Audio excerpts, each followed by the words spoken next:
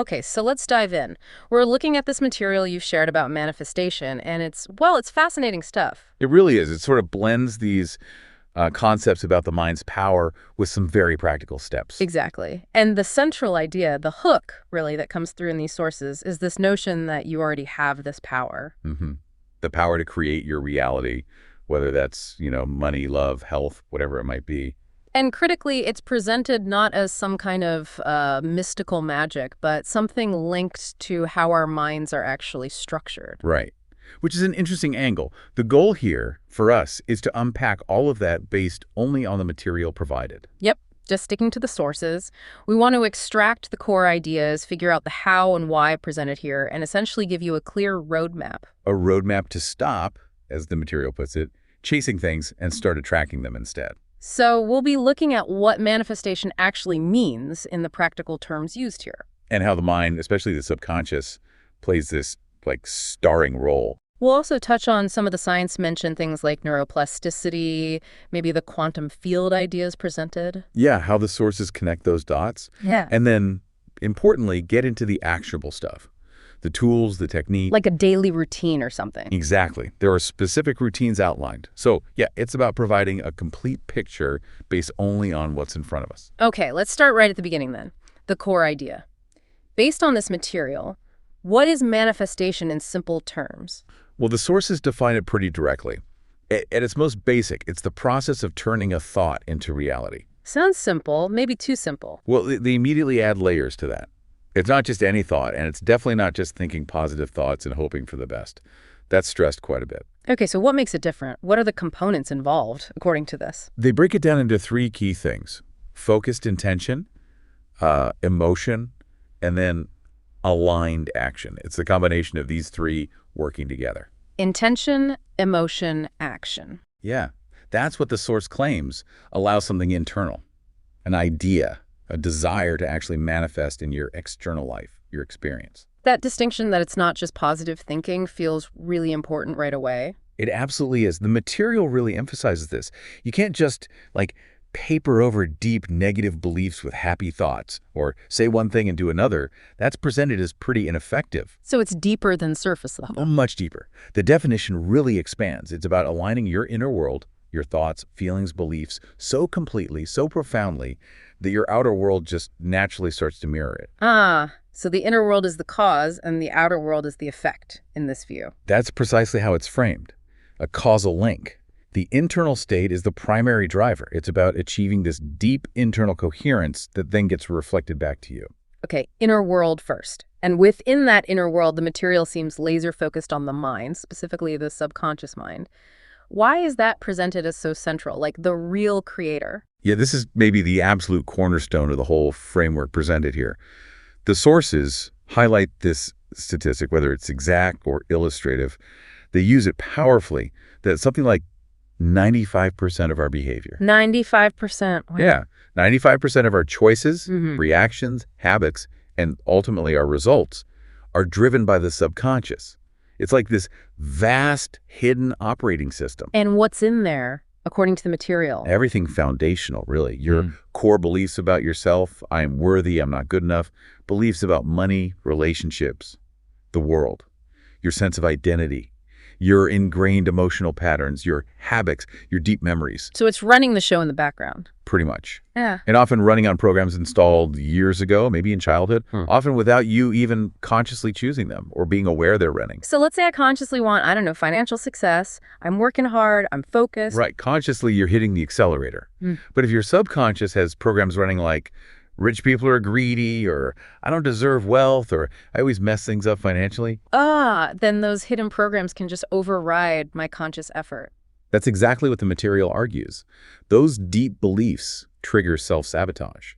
Maybe you procrastinate. Maybe you avoid opportunities. Maybe you make impulsive spending decisions. It's like your conscious mind wants to drive to destination A. But the GPS is locked on destination B. Exactly. The subconscious GPS keeps rerouting you back to your old familiar patterns, even if you consciously want to go somewhere else. It overrides the conscious driver. That's a powerful analogy. So it boils down to not just what you want, but what you fundamentally believe you're allowed to have or capable of having. You've nailed it. The source material makes that link crystal clear. It's less about chasing the external thing and more about becoming internally the person who already has that thing, who believes they deserve it, who feels aligned with it. The mind is the GPS. If it's set for lack or struggle. Then no matter how hard you push the conscious effort pedal, the material suggests you'll keep navigating towards lack and struggle. The programming dictates the route. Which leads to the unavoidable conclusion in this framework, right? If the subconscious is 95% of the equation. Then changing the subconscious programming isn't just important, well, the source basically says it's everything. Everything. That's a strong statement. It is. It's presented as the absolute foundation.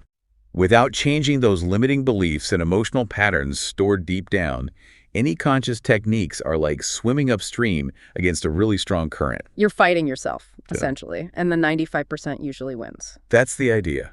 So the real work, the core task, according to this material, is that internal transformation at the subconscious level. Okay, so if that's the mission, rewiring the subconscious, how do we actually do it? The material lays out specific steps, doesn't it? It does.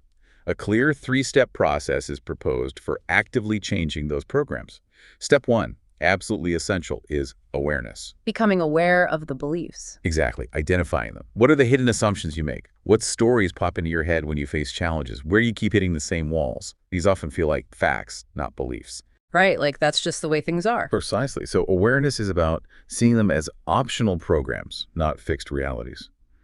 It requires some introspection, noticing thoughts, feelings, reactions, and seeing recurring negative outcomes as potential clues to underlying beliefs. You can't change what you don't see. Makes sense. Shine a light on the program first. What's step 2? Step 2 is described as emotionally charged repetition. This is where you actively install the new, empowering beliefs. And the emotionally charged part is key. Not just repeating words. Definitely not. It's about using things like affirmations, positive statements in the present tense like, I am abundant, but crucially, feeling the positive emotion associated with that statement as you say it. Okay. And also visualization, creating vivid mental movies of your desired outcome. But again, the emphasis is on feeling the joy, relief, gratitude, whatever it is, as if it's already happened. The source states emotions, the language the subconscious understands. So repetition plus strong feelings. That's the formula presented. It supposedly imprints the new pattern much faster and deeper than just thinking it. It adds the energy needed to make the new programming stick. Got it. So awareness, then emotionally charged repetition. What's the third step? The third step is embodied action. This brings it out of the purely internal realm and into your behavior. Acting as if? Sort of, but maybe more accurately, acting from the new state of being. It's about taking actions that align with the identity of the person who already has what you desire. Can you give an example? Sure. If you're manifesting self-worth, maybe it's setting a boundary you'd normally avoid or speaking up in a meeting. If it's abundance, maybe it's treating the money you do have with respect or investing a small amount or taking one inspired step towards a financial goal. It's action that reinforces the new belief and identity. Okay, so it closes the loop. Awareness of the old, installing the new with emotion, and then living from that new state through action. Exactly. Those three, awareness, emotionally charged repetition, embodied action, are presented as the engine for transforming the subconscious and therefore transforming your reality according to this framework. Now, you mentioned the sources touch on potential scientific connections. This often comes up with manifestation. What concepts do they bring in? Right. They do try to offer some potential explanations or analogies using scientific terms as they understand them. One is neuroplasticity. The brain's ability to change. Exactly. The source points out that our brains aren't fixed. They can physically change, create new pathways. They link this directly to that emotionally charged repetition.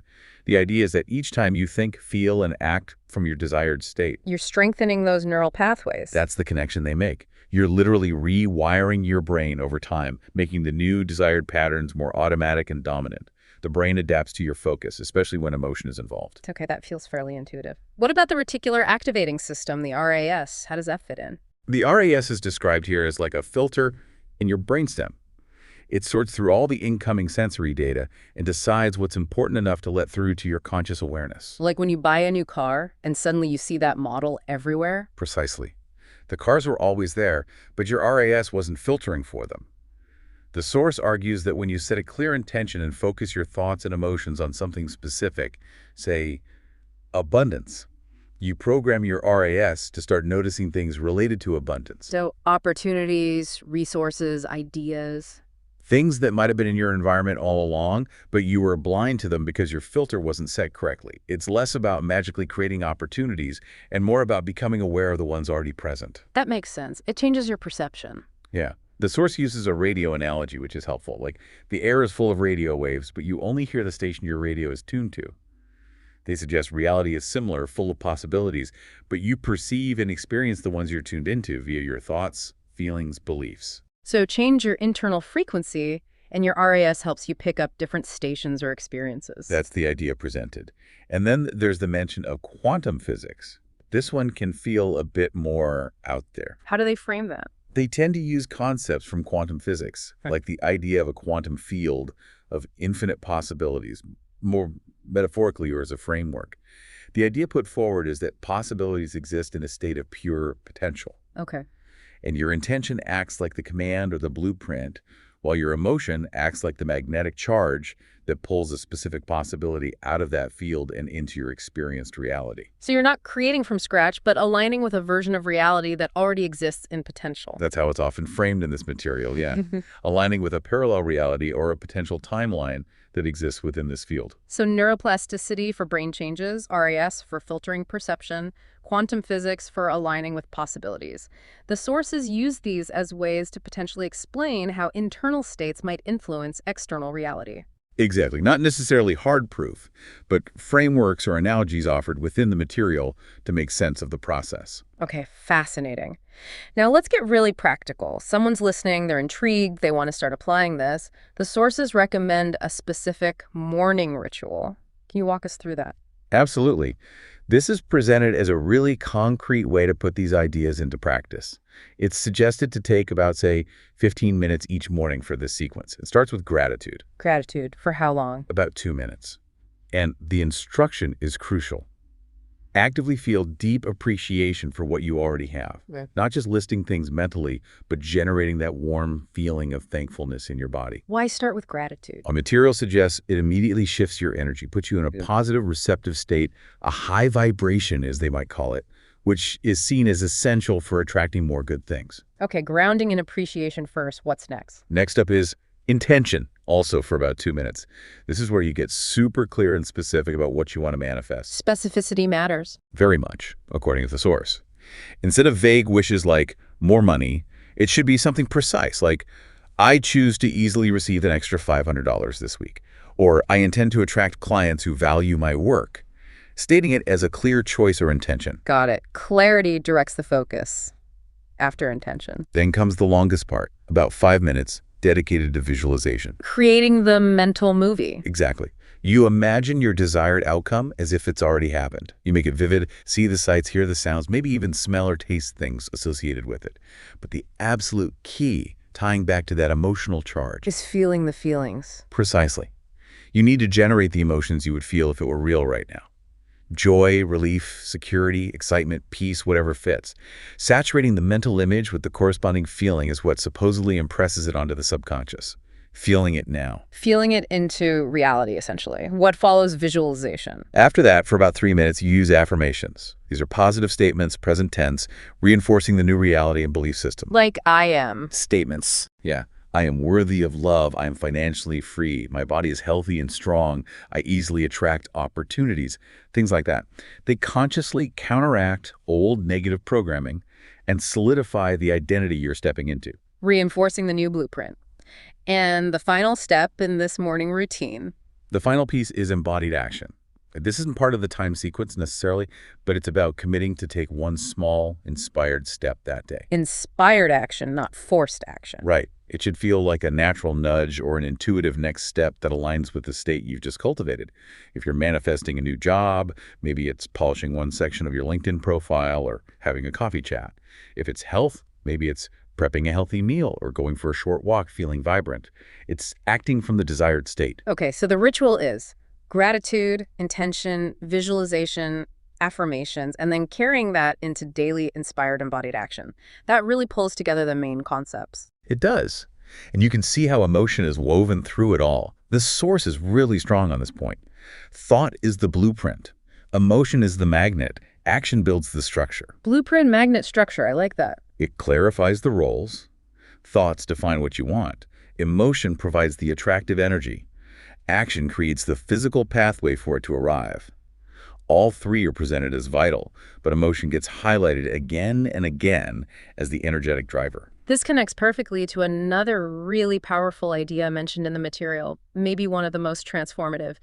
You don't manifest what you want, you manifest who you are. Ah, yes. That's a huge shift in perspective, isn't it? It really is. Explain that. How does it change the game? It moves the focus entirely away from chasing external goals and puts it squarely on your internal state of being, your identity. The argument is that your outer reality isn't random. It's a mirror reflecting your dominant inner landscape. Meaning my beliefs, my feelings, how I see myself. Exactly. Who you believe you are, how you feel most of the time. So the logic follows. If you want to change your outer reality, you have to first change your inner identity. To manifest wealth, you need to start thinking, feeling, and acting like a wealthy person now. Even before the money shows up. Especially before the money shows up. To manifest love, you need to cultivate the feeling and identity of being someone who is loved and worthy of love, from the inside out. Okay, but that immediately brings up the big practical hurdle, right? The one the sources must address. How on earth do you feel abundant when your bank account is empty? How do you feel loved when you feel lonely? Right, the cognitive dissonance is real. And the materials answer is quite direct. You don't need the external proof first. The practice is to generate the feeling first, intentionally. Just conjure it up. Essentially, yes. Through practices like the visualization and feeling exercise we just discussed, you deliberately access and cultivate the feeling of relief, security, joy, connection, whatever it is you associate with your desire, even if it's just for a few minutes each day.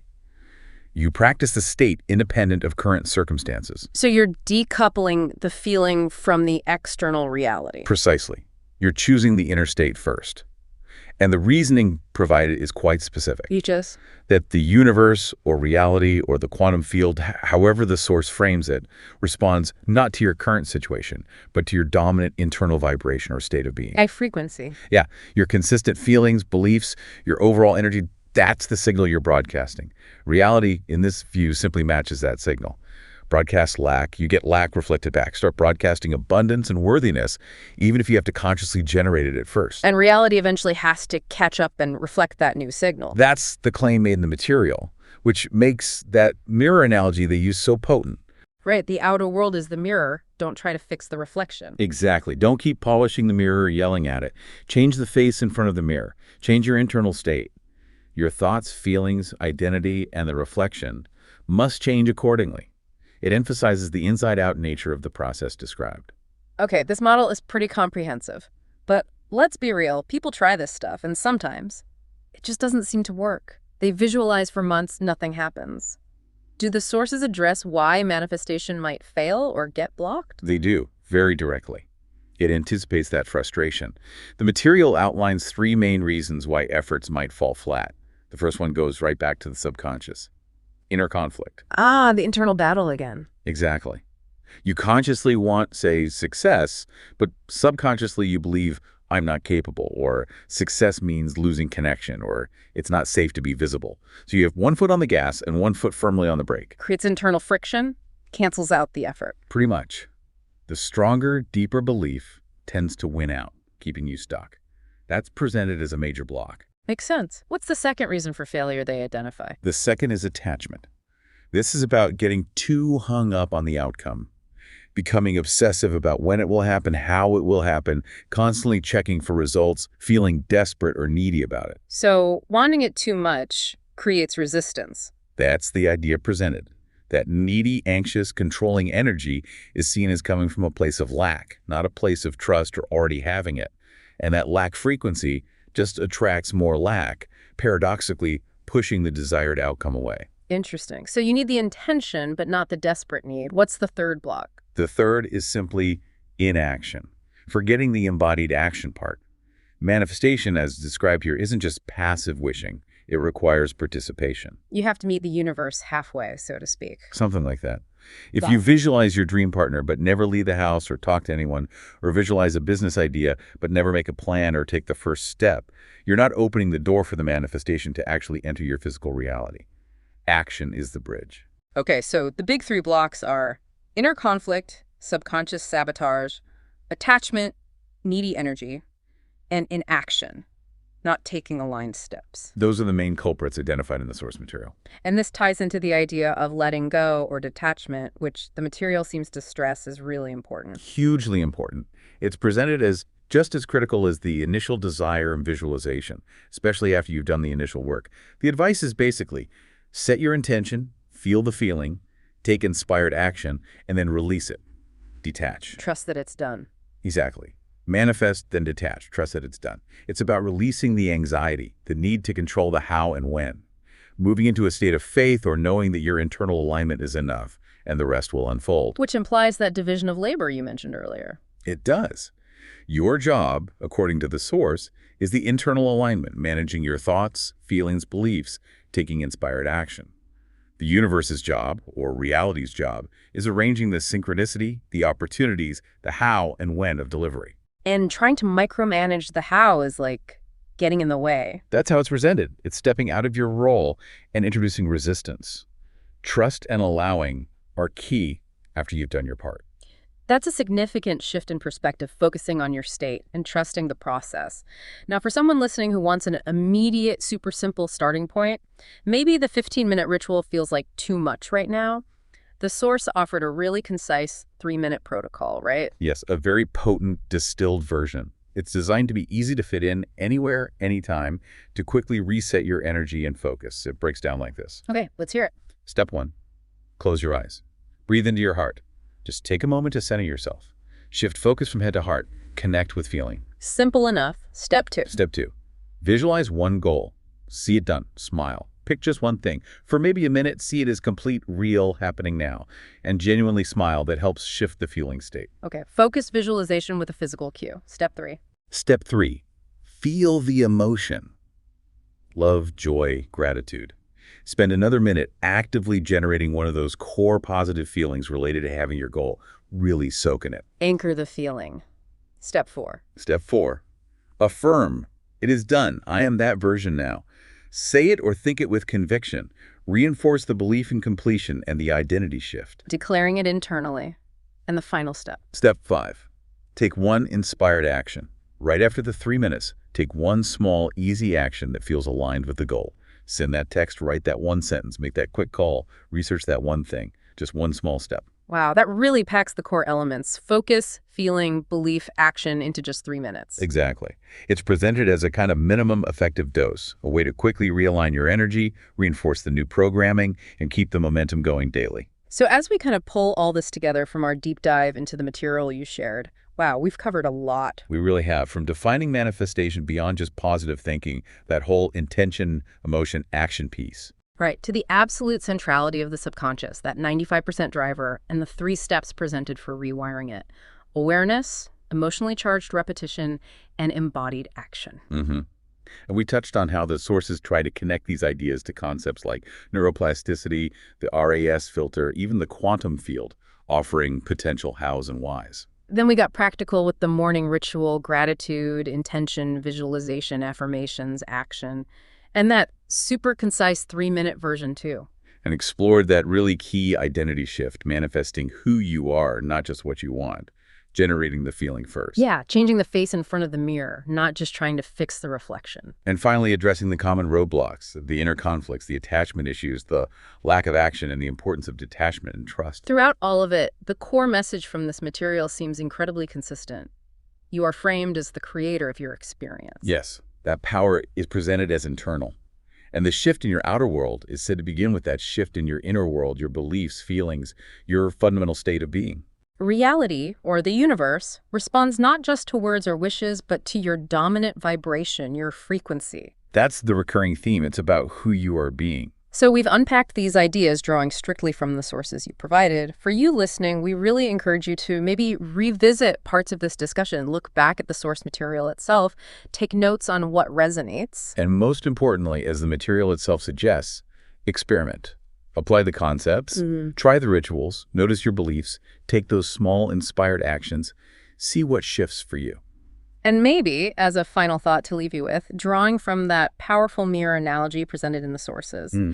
if your outer world truly is just a reflection of your inner state, your dominant beliefs, feelings, your sense of self, what one shift, maybe even a small one, could you choose to make internally today that might begin to change the reflection you see around you?